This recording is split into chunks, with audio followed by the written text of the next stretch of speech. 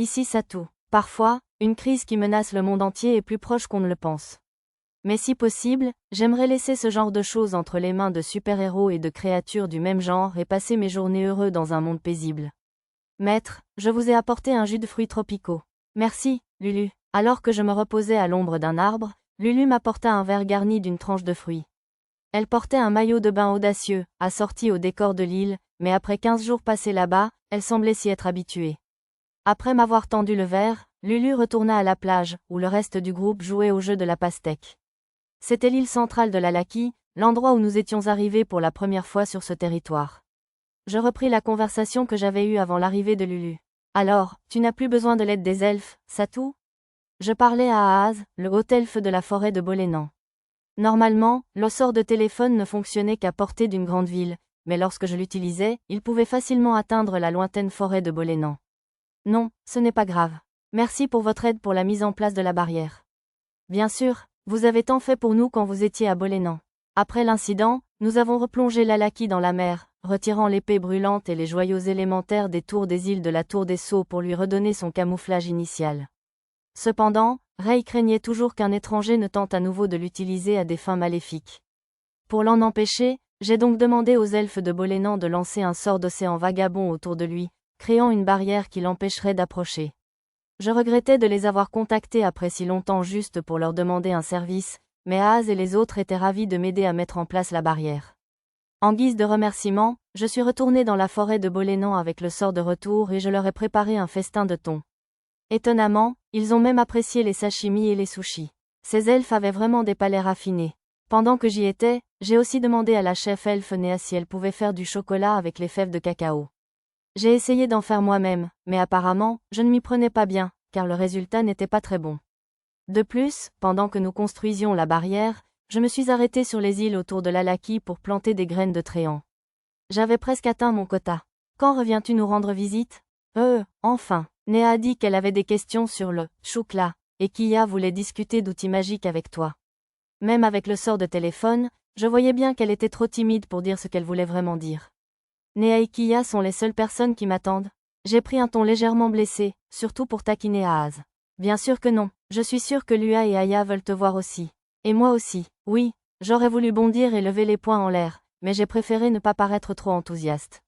Mademoiselle Aaz, je serais ravie de venir te voir tous les jours si c'est ce que tu souhaites. Merci, Satou, mais je suis sûre que ce serait difficile, alors une fois de temps en temps, ça me va. Enfin, si ça ne te dérange pas trop, ce serait bien si on pouvait téléphoner, presque tous les jours, au moins. Ouf, elle était si mignonne que j'avais envie de filer vers Bolénan et de l'embrasser sur le champ. Oui, n'importe quand, plus petit que Maître Satou. J'ai utilisé trop de magie à l'entraînement. J'ai besoin de plus de magie. Dois-je enlever mon maillot de bain? Plus grand que, Yuneya a traversé la plage en courant et s'est jetée sur moi, sa morosité complètement dissipée. À la façon dont elle se blottissait contre moi, on ne devinerait jamais qu'elle m'appelait « démon aux cheveux noirs ».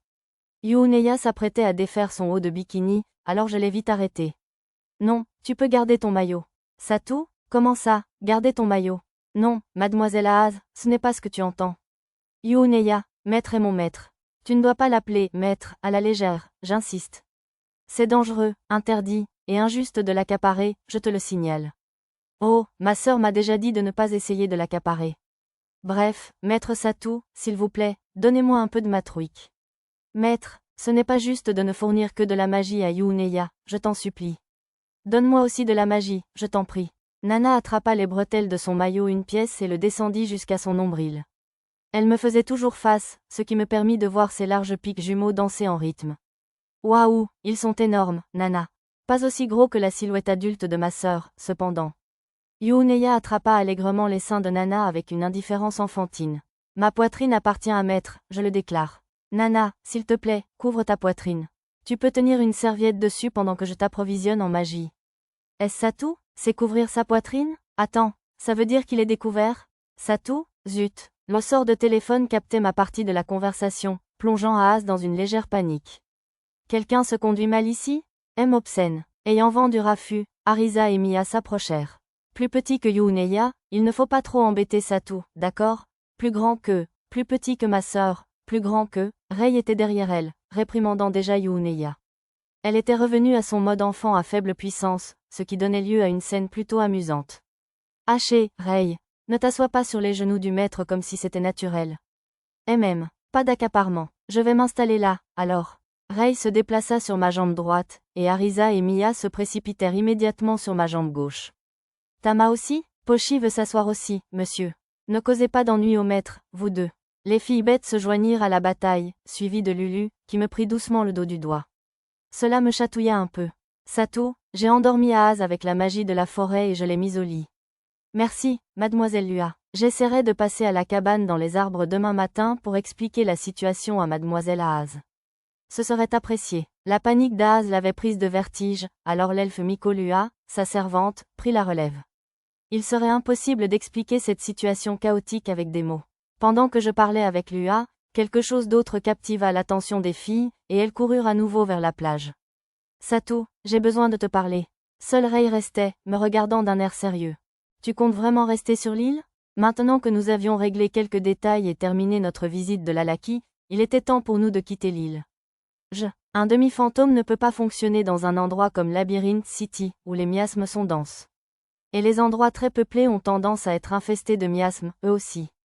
Je regrette de vous quitter, maître Sato, mais ma place est aux côtés de ma sœur. Nous nous tenions devant la maison de Ray, en train de nous dire au revoir. Je ne voulais pas les laisser toutes les deux sur cette île déserte, mais leur décision était ferme. Après que Ray m'eut annoncé ce jour-là qu'elle resterait sur l'île, nous avons tous fait de notre mieux pour la faire changer d'avis, mais même les discours enflammés d'Arisa et les larmes de Nana n'ont pas suffi à la convaincre. Voulant au moins leur être utile, je leur ai construit quelque chose, comme une maison avec un moteur en pierre sacrée, des systèmes d'eau et d'égouts, et un champ cultivé par des poupées vivantes.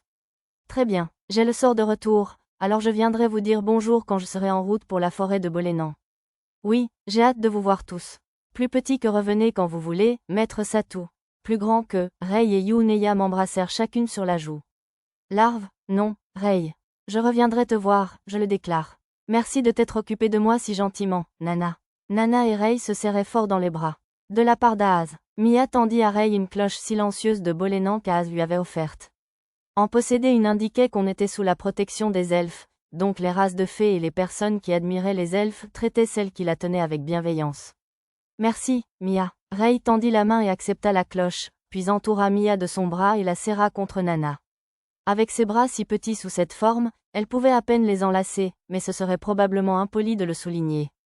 Bien sûr, Yuneya fit également ses adieux aux autres filles. Puis, enfin, merci, Arisa, c'est grâce à toi que je peux être ici et sourire avec tout le monde maintenant. Tu me fais rougir. Arisa n'avait pas l'habitude des compliments, alors elle balaya d'un revers de main les paroles aimables de Ray. Arisa, réponds-lui correctement, d'accord? Lulu. Oh, d'accord. Incitée par Lulu, Arisa se redressa. Ray, je n'ai fait que te donner un petit coup de pouce, ma chère. Tu es là grâce à ta force et à ta détermination. Tu peux être fière de toi. Inutile de me remercier pour quoi que ce soit d'autre. La déclaration plutôt virile d'Arisa fit monter les larmes aux yeux de Ray, qui nous remercia chaleureusement. Elles semblaient toutes les deux un peu gênées qu'Arisa ait appelé Ray, ma chère, mais je décidai de ne pas les taquiner. Sur ce, nous laissâmes derrière nous l'île de l'Alaki de Ray et Yuneya et nous dirigeâmes vers la route du sucre et la cité du labyrinthe. Nous fîmes cependant quelques arrêts en chemin. Marquis des liqueurs Pendragon, vous n'allez pas le croire. La boîte est revenue. Nanashi le héros nous l'a rendue, comme vous l'aviez dit. Je suis passé au château royal de l'Alagi pour le saluer et j'ai été accueilli par le roi en personne, qui sautait de joie. Je m'étais déguisé en Nanashi le héros pour leur rapporter la boîte juste après le naufrage de l'Alaki.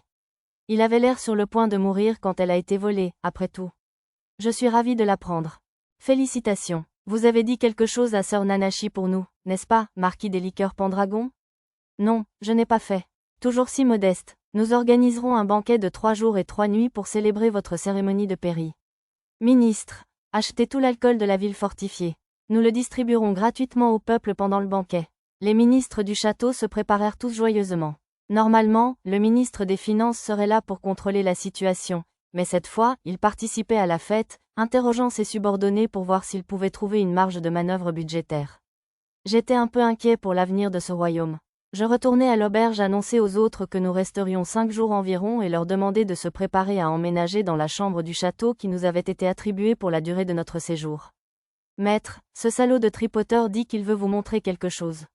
D'accord, je vais voir. Pendant que les autres se préparaient à déménager, je me rendis à la petite boutique qu'ils louaient pour développer la nouvelle entreprise.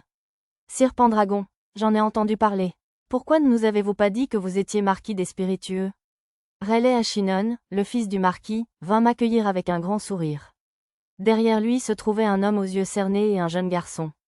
Ces deux-là étaient chargés d'élaborer le business plan du SS Cloud. Marquis, voici le business plan que nous avons élaboré. Jetez-y un coup d'œil, certainement. Oh, c'était bien plus complet et facile à comprendre que je ne l'aurais cru. Il y avait de nombreux endroits où des chiffres avaient été barrés et réécrits. Ils m'ont expliqué que les chiffres originaux correspondaient aux anciens calculs, tandis que les nouveaux tenaient compte des exonérations fiscales liées à mon titre de marquis des alcools. Chose impressionnante, ce business plan leur permettrait de rester dans le vert, même avec les anciens chiffres. Dans ce dernier cas, cependant, n'avoir qu'un seul navire s'avérait être un véritable goulot d'étranglement. S'il en avait 2 ou 3 de plus, il pourrait probablement maintenir un trafic plus stable. Alors, pour vider un peu mon entrepôt, je leur ai fait une offre. Oui, je peux tout à fait investir là-dedans. Je prévois de faire venir 2 autres navires au port d'ici un jour ou 2. Souhaitez-vous les utiliser pour la compagnie? Des plus de navires? Oui, j'ai trouvé des navires marchands de taille moyenne à prix cassé lors de mon voyage, alors j'en ai acheté quelques-uns. Je pensais les vendre à la Lagui, mais à en juger par ces plans, il serait peut-être préférable de les utiliser ici. Oh oui, je vous en prie. Nous aurons un plan révisé dans les prochains jours. J'ai hâte. Je me suis levé pour partir, mais Raleigh m'a arrêté. Il voulait me demander si cela me dérangeait qu'il n'utilise pas mon nom dans le nom de la société. Non, c'est parfait. Vous devrez arborer mon pavillon pour indiquer que vos navires appartiennent à un marquis de spiritueux, mais je pense que vous devriez choisir le nom de la société vous-même. Je voulais rester actionnaire, et non propriétaire. Très bien, alors nous utiliserons Dragonpun Trading Company comme nom. Cela ressemble peut-être un peu trop à la Dragonry Trading Company du marquisat de Ganica, mais cela permet de comprendre facilement que les 2 sociétés ont bénéficié de votre aide, n'est-ce pas, Sir Pendragon? Raleigh semblait satisfait de lui-même, alors j'ai dit que c'était un excellent nom et j'ai accepté. Je voyais bien que les autres noms qu'il avait en tête utiliseraient tout mon nom directement, alors j'ai pensé que ce choix était le plus simple. Comme il révisait le plan de toute façon, j'ai offert une somme d'argent supplémentaire s'il récupérait des produits et ingrédients rares des îles du Sud. Les visages des 2 autres hommes exprimaient un mélange fascinant d'excitation face au nouveau développement et de désespoir face au travail supplémentaire. Puis, après ma cérémonie de péri de marquis de liqueur et une beuverie cauchemardesque de 3 jours et 3 nuits. Sir Pendragon, votre tolérance à l'alcool est si remarquable qu'elle restera gravée dans notre royaume pendant des générations. En commémoration de votre victoire sur 100 ivrognes, je vous offre ce médaillon. Il vous sera certainement utile dans toute nation ou ville située sur la route du sucre. Merci beaucoup, Votre Altesse. Que votre voyage se déroule sans encombre et que vous puissiez découvrir encore bien d'autres liqueurs merveilleuses. Après cet échange très lalagien avec le roi, nous avons quitté le royaume de sorcellerie Lalagui. Notre voyage s'est ensuite déroulé sans encombre, nous avons visité plusieurs petites nations et villes portuaires, goûtant à leurs spécialités locales. Malgré quelques incidents et émeutes, nous sommes tous rentrés sains et saufs sur le territoire du royaume de Shiga.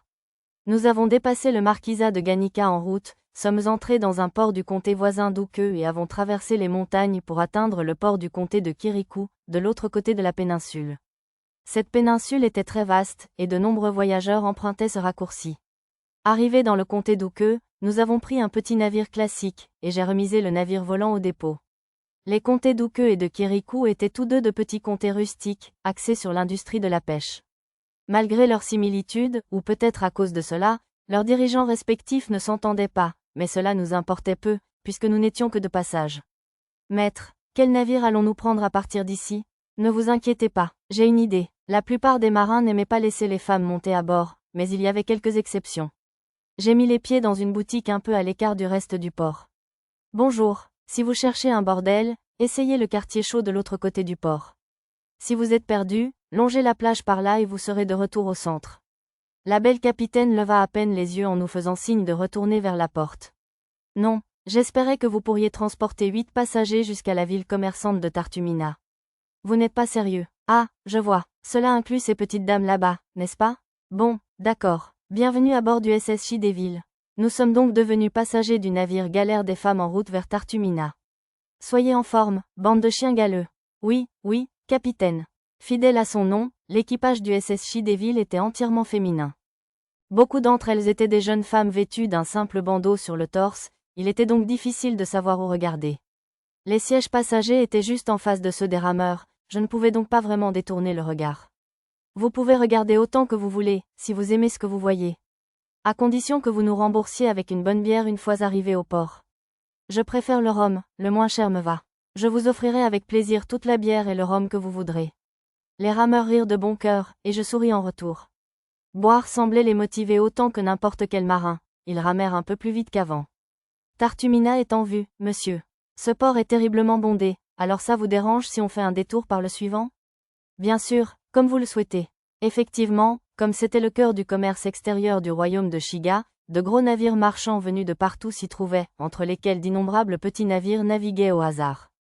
Arrivé au port suivant, il était encore bien plus animé que tous ceux que nous avions vus sur la route du sucre ou même à Soutohandel. Eh, monsieur, rejoignez-nous plus tard. Oui, je passerai sans hésiter dès que nous arriverons à une auberge. Une fois l'ancre jetée, j'ai loué un bar entier pour que l'équipage de la Diablesse puisse boire et manger à volonté. En attendant, nous nous sommes dirigés vers une auberge qui devait accepter les demi-humains, d'après le tuyau reçu à la chambre de commerce du port. Les gens étaient un peu bourrus au début, mais ils ont vite changé d'avis lorsque je leur ai montré le médaillon que le roi de l'Alagi m'avait offert.